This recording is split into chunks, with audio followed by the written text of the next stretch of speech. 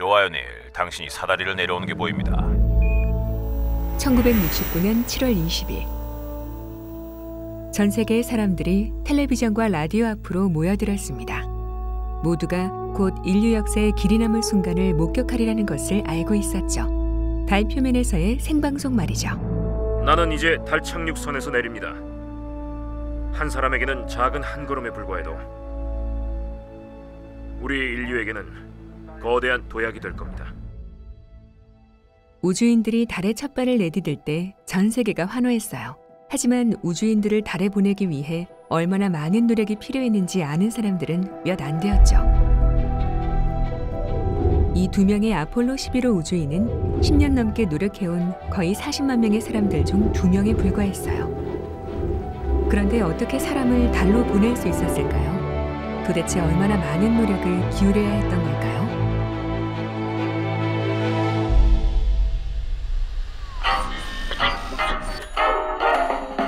이야기는 강대국 미국과 소련이 각기 최고의 우주선을 개발하기 위해 한창 경쟁을 벌이던 1950년대로 거슬러 올라갑니다. 먼저 1957년 소련이 세계 최초의 인공위성 스푸트니크 1호를 발사하면서 첫 번째 승리를 거두었죠. 한 달 후 소련은 두 번째 인공위성을 발사합니다. 이번엔 사람에게 라이카를 태워서 말이죠. 소련을 따라잡기 위해 많은 노력을 쏟은 미국은 다음에 그들의 첫 번째 인공위성 익스플로러 1호를 발사할 수 있었죠. 그리고 3년 만에 미국은 햄이라는 침팬지를 우주로 보냈다가 지구로 돌아오게 할 정도로 발전을 이루었답니다. 하지만 소련은 다시 큰 성과를 먼저 이루어냈죠. 소련은 세계 최초의 우주인 유리 가가린을 태운 보스토크 1호를 발사했죠. 가가린은 인류 최초로 지구 궤도에 올랐다가 지구에 돌아온 사람입니다. 그로부터 한 달도 채 지나지 않아 앨런 셰퍼드가 미국인으로는 처음으로 우주에 다녀왔죠. 이 성공으로 미국은 자신들의 우주 프로그램에 자신감을 얻었습니다.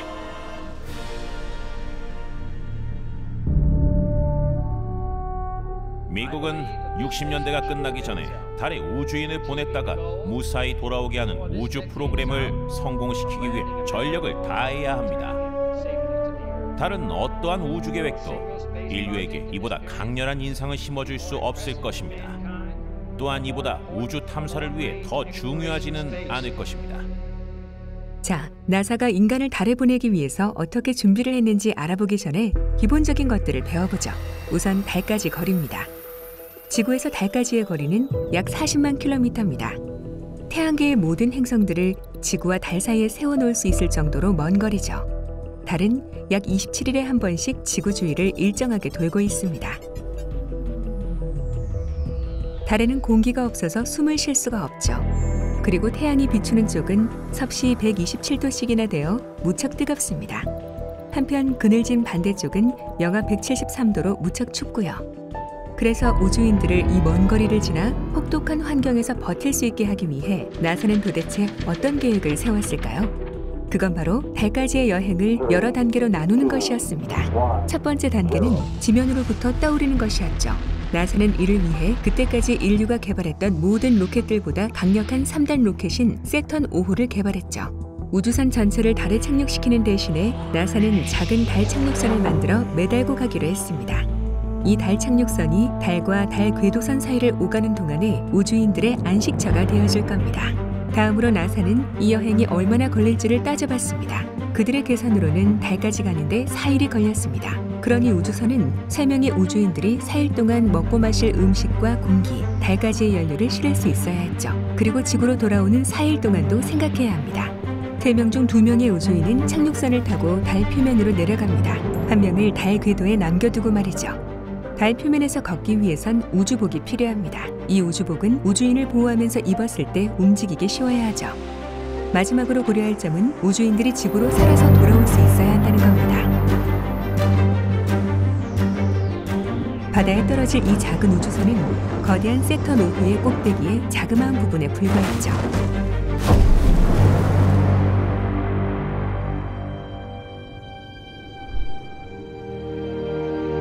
이 위대한 계획이 바로 아폴로 계획이었습니다. 일단 계획이 진행되자 나사는 시험 조종사들 중 제일 우수한 사람들을 골라 우주인으로 선발하기 시작했죠. 1963년 맨 처음 선발된 우주인들이 가족들과 함께 휴스턴으로 옮겨왔습니다. 나사는 미션의 여러 부분들을 설계할 최고의 과학자, 엔지니어, 그리고 수학자들을 뽑았고 미국 내 많은 기업들과 대학에게 도움을 요청했죠. 우주인은 미국 전역을 다녀야 했습니다. 버지니아에서 달 착륙 훈련을 한 바로 다음 날 로스앤젤레스 항에서 해군과 함께 지구로 귀환하는 연습을 하는가 하면 또 며칠 뒤에는 휴스턴에서 우주복을 입은 채 실험 장치를 설치하는 연습을 해야만 했죠. 그리고는 플로리다의 케네디 센터에서 우주로 발사되었습니다. 그들의 새로운 시스템과 우주선을 시험해 보기 위해서 말이죠. 지구 궤도에서 그들은 우주 유영을 하는 법을 배우기도 했습니다. 우주선이 지구 궤도를 도는 동안 전 세계의 전파 망원경을 이용해 우주인들과 끊임없이 교신을 하였죠. 이런 국제통신망이 있었기에 휴스턴의 건물 한 곳에서 달 미션을 수행할 수 있었던 거죠. 관제센터입니다. 우주선은 매우 복잡하기에 우주인들은 하루 24시간 내내 과학자들과 엔지니어 그리고 의사들로부터 지원을 받습니다. 이들은 모니터에 보이는 저 많은 데이터를 이용해 우주인이 우주선을 조종하는 것을 도와주는 거죠. 우주선의 위치나 속도로부터 우주인의 건강 상태까지 모든 것을 이곳에서 살펴봅니다. 모든 팀 직원들이 끊임없이 관제사에게 상황을 보고합니다.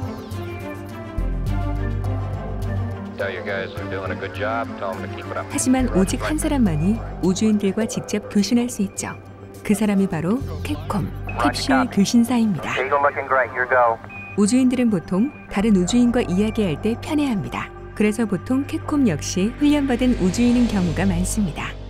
우주인들이 훈련과 우주선 테스트로 정신없이 바쁠 때 누군가는 우주인이 달로 잘 가고 있는지 확인을 해야 하죠. 우주 공간에서는 모든 것들이 움직이고 있기 때문에 한 장소에서 또 다른 장소로 움직이는 것이 생각만큼 간단하지 않습니다. 달만 해도 시속 3,500km로 움직이니 말이죠. 따라서 우주선의 속도, 질량, 그리고 추진력을 계산하기 위해서 나사는 뛰어난 사람이 필요합니다. 그러니까 캐서린 존슨 같은 사람 말이에요. 그녀는 수학자들을 이끌고 우주선을 달에 보내기 위한 계산을 해냈습니다. 연필과 종이, 그리고 수학 공식들만 가지고요. 예전에는 계산을 담당하던 여성 수학자들을 컴퓨터라 불렀습니다. 하지만 전자컴퓨터의 등장으로 많은 여성 수학자들은 소프트웨어를 작성하는 프로그래머가 되었죠. 이들이 우주여행을 위한 새로운 소프트웨어를 만들어냈죠. 이 중에서도 아폴로의 우주인들이 달까지 다녀오는 데 쓰인 컴퓨터 소프트웨어는 마가렛 해밀턴 팀이 만들었습니다. 1960년대가 다 가기 전 세계에서 첫 번째로 달에 우주인을 보내겠다는 케네디의 선언은 아폴로 계획의 모든 관계자들에게 엄청난 부담이 되었죠. 그 바람에 아폴로의 초기 우주선들은 급하게 만들어졌고 테스트를 거치지 않은 채 넘겨졌습니다.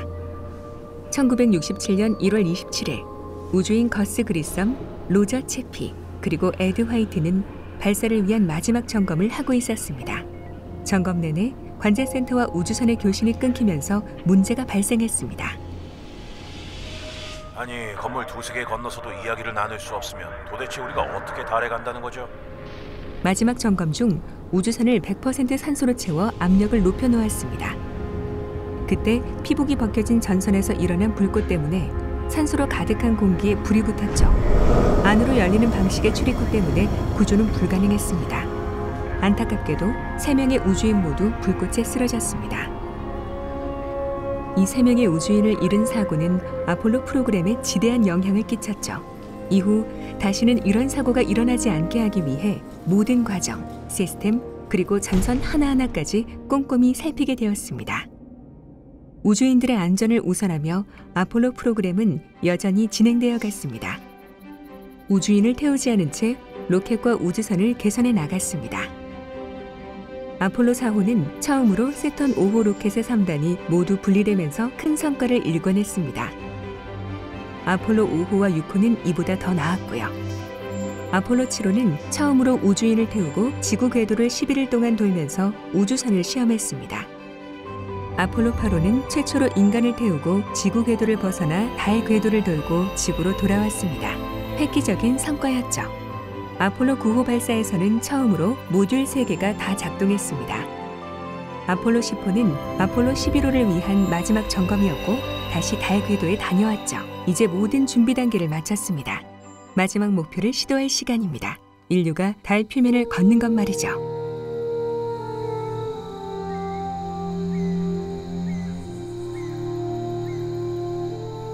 (1969년 7월 16일) 플로리다의 케네디 우주센터입니다. 발사장에 인류가 만든 제일 큰 로켓이 서 있네요. 높이가 111m나 되고 무게도 3,000톤이나 되는 세턴 5호입니다.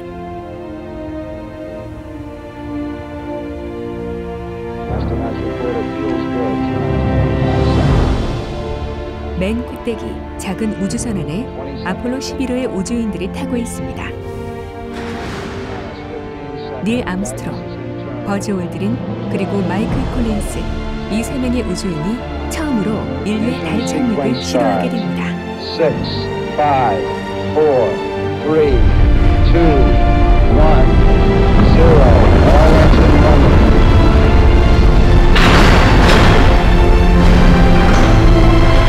Liftoff. We have a liftoff. 22 minutes past the hour. Liftoff on Apollo 11.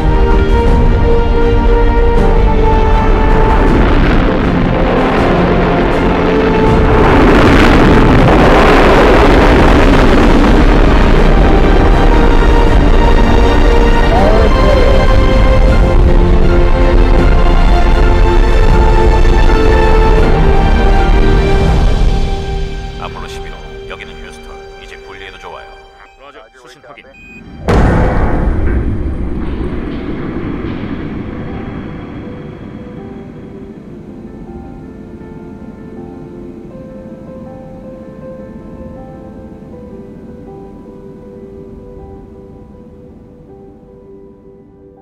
발사 후 사흘이 지나고 아폴로 11호의 우주인들은 우주선의 속도를 줄이고 달 궤도에 진입시킬 준비를 합니다. 하지만 달 궤도를 진입하는 동안 우주선은 달의 뒷면에 위치하게 됩니다. 관제센터와 교신을 하지 못한다는 얘기죠. 작은 실수 하나로 달 표면에 추락하게 되거나 운이 나쁘면 저 깊은 우주로 떠내려가 영영 돌아오지 못하게 될 수도 있다는 거죠. 아폴로 11호, 여기는 휴스턴. 모든 시스템 다 좋습니다. 반대쪽으로 나왔을 때 다시 만납시다. 송신 끝. 라저. 우주인들은 이제 모든 것을 스스로 해내야 합니다. 관제센터가 할 수 있는 것은 그저 기다리는 것뿐이죠. 아폴로 11호, 여기는 휴스턴. 잘 들리나요? 아폴로 11호, 여기는 휴스턴. 들리나요? 송신 끝. 아폴로 11호, 휴스턴. 들려요? 아주 크게 잘 들리네요, 휴스턴. 어떤가요? 로저, 이쪽에서도 아주 잘 들립니다. 달 궤도 진입을 위한 계산은 1초의 오차도 없이 완벽했습니다. 아폴로 11호는 무사히 달 궤도에 진입했죠.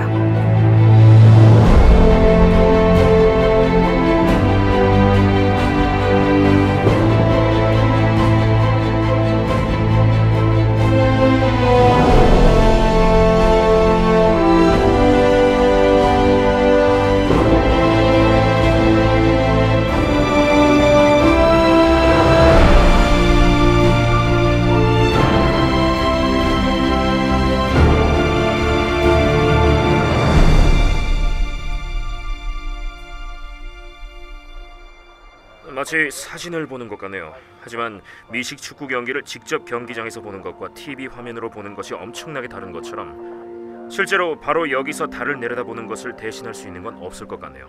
로저, 동의합니다. 우리도 직접 볼 수 있었으면 좋겠군요.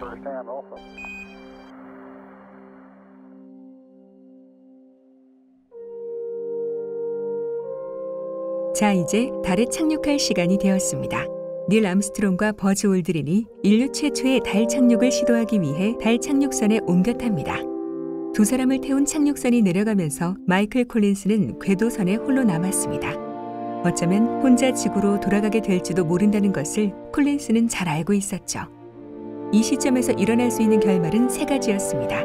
무사히 착륙하거나, 중도에 포기하거나, 아니면 달 표면으로 추락하는 것이었죠. 관제센터에서 진 크란치의 책임하에 착륙선의 모든 상황을 예의주시하고 있었습니다. 자, 모든 관제사들 착륙선 하강 시작해도 좋습니까? 레트로 Go! 파이더 Go! 가이던스 Go! 컨트롤, 텔콤, GNC, 고! 이콤, 고! 서전, 고! 캡콤 하강 시작해도 좋습니다. 이그로 상태 좋습니다. 하강 시작하세요. 라자, 알겠습니다. 착륙 시작. 3000피트 상공.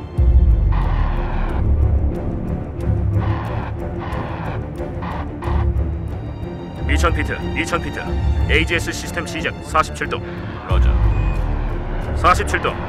코드 120에 로저, 코드 120의 경고 발령. 경보가 울리고 컴퓨터에 뭔가 문제가 생겼습니다. 착륙을 계속해야 할지 포기해야 할지 관제센터는 짧은 시간 내에 결정해야 합니다. 계속하기로 결정했습니다.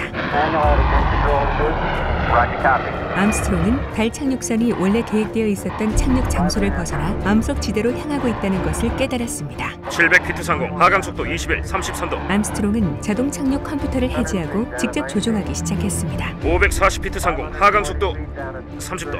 하강 속도 15. 그동안 받은 훈련이 빛을 발할 때입니다. 암스트롱은 착륙에 적당한 평평한 곳을 찾으려 했지만 착륙선의 연료가 떨어져 가고 있었죠. 30초 남았습니다. 30초 후에는 포기해야 합니다. 하강 속도 0.5.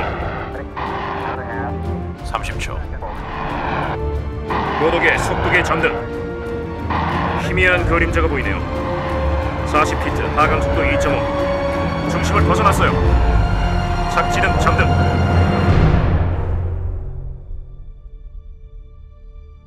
휴스턴, 여기는 고요의 기지. 이글호 착륙했습니다. 로저, 착륙 확인했습니다. 많은 사람들이 숨죽이며 기다리고 있었어요. 이제 좀 편히 숨쉬겠네요. 고마워요.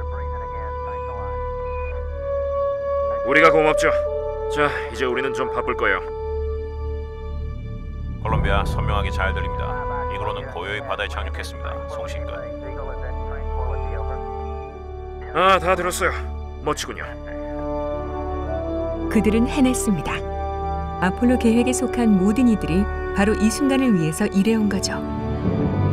함께 사람을 달로 보낸 것입니다. 그리고 아폴로 계획이 최초로 달 착륙을 이루어냈습니다. 지구에서는 5억의 인구가 닐 암스트롱이 사다리를 내려와 처음으로 달 표면에 발을 내딛는 모습을 지켜봤죠. 한 사람에게는 작은 한 걸음에 불과해도 우리 인류에게는 거대한 도약이 될 겁니다.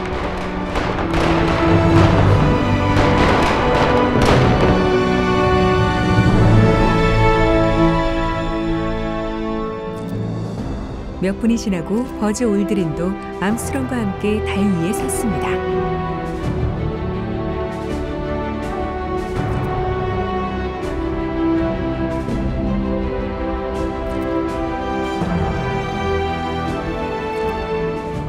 두 사람이 달의 경치를 즐길 시간은 없었어요.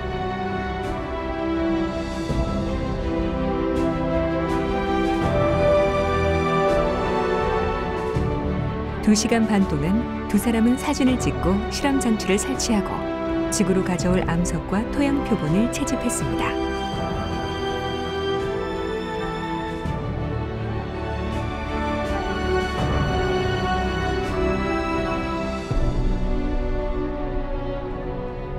아폴로 11호는 인류와 우주와의 관계를 획기적으로 바꾸었습니다.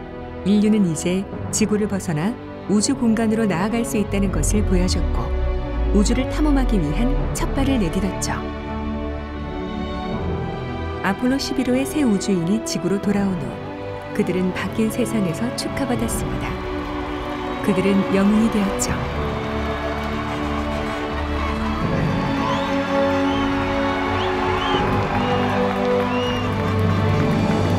이들을 달로 보내기 위한 정치적인 목적은 이루어졌습니다.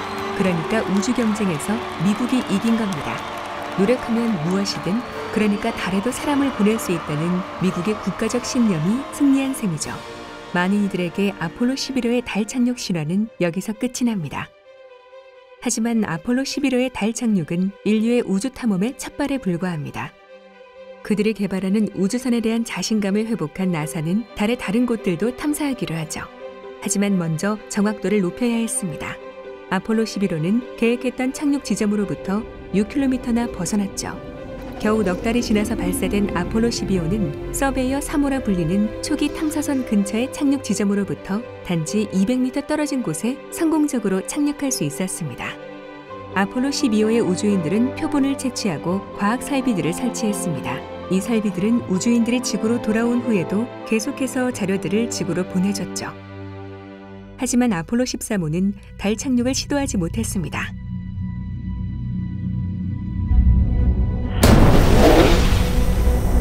오케이, 휴스턴. 문제가 하나 생겼습니다. 오케이, 아폴로 13호 대기하세요. 우리가 살펴보고 있습니다. 발사 초기에 산소 탱크가 폭발하는 바람에 우주인들은 미션을 포기해야만 했습니다.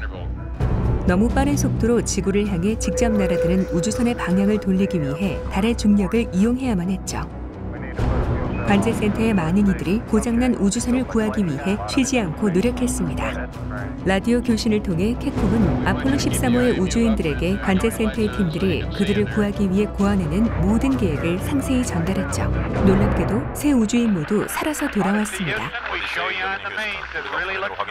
정말 좋아 보이는군요. 예산 부족으로 나사는 원래 계획보다 달 미션의 수를 줄여야만 했습니다. 그러다 보니 엔지니어들은 월면차에 이런저런 장비들을 가득 실어야만 했죠.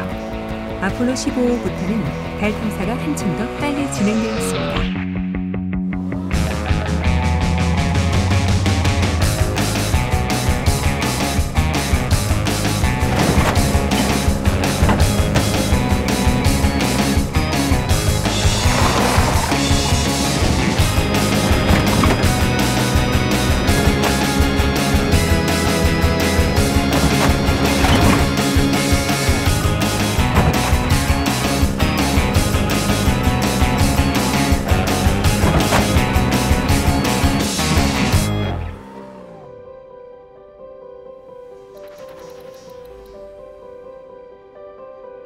초기 우주인들은 대개 공학자들이었기에 이런저런 실험 장비들을 설치하는 것에 익숙했습니다. 하지만 나사는 가장 중요한 암석 표본을 채집할 수 있는 지질학자를 달에 보내야 한다는 것을 깨달았죠. 아폴로 17호에 탑승했던 해리슨 슈미트는 달 표면을 디딘 첫 번째 과학자입니다. 아폴로 17호가 가져온 표본들은 지금까지도 달에 대한 많은 것을 알려주고 있죠. 왼쪽에 주황색 흙이 있어요. 전부 다요. 다 주황색입니다. 1972년 12월 14일 진 서넌이 달 표면에 마지막 발자국을 남기고 돌아왔습니다. 그 후론 아무도 달에 간 적이 없었죠. 3, 2, 1 점은 휴스턴 이제 출발합니다.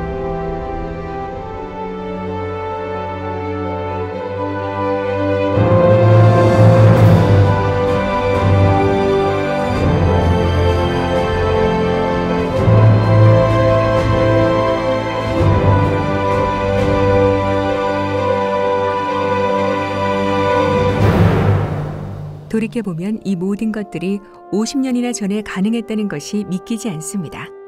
도대체 왜 우리는 다시는 달로 돌아가지 않은 걸까요? 아폴로 계획은 인류가 달에 갈 수 있다는 것을 보여주었지만 여전히 짧은 방문만 가능했기에 탐사에 들어가는 비용이 매우 비쌌습니다. 당시에는 인류가 우주를 탐험하려면 우선 우주에서 생존하는 방법부터 배워야 했으니까요.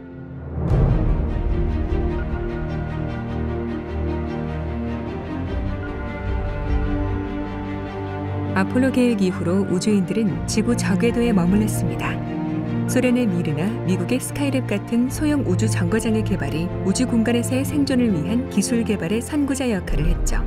그리고 더 많은 나라들이 우주 프로그램을 개발하기 시작했죠.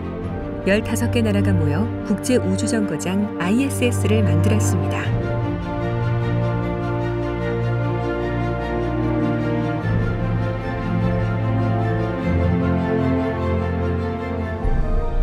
이 우주 실험실에 많은 우주인과 과학자들이 탑승하여 오랜 기간 동안 우주에서 살아가는 법을 연구해 왔습니다. 이들의 연구가 언젠가 인류의 다음 목표를 이룰 수 있게 해주겠죠. 그저 며칠간 달에 머무는 것이 아니라 달에 거주하며 탐사하는 것 말입니다. 우리는 여전히 배우는 단계지만 놀라울 정도로 해답에 가깝게 와 있습니다. 인류는 곧 인류의 새로운 우주 탐험을 함께 계획해 나갈 새로운 인재들을 필요로 하게 되겠죠. 준비가 되어 있나요? 당신은 다음번 도약을 위한 준비가 되어 있나요? Are you ready? Ready to go? Are you ready? Ready for more? Are you ready? Ready for me? Oh my, oh my.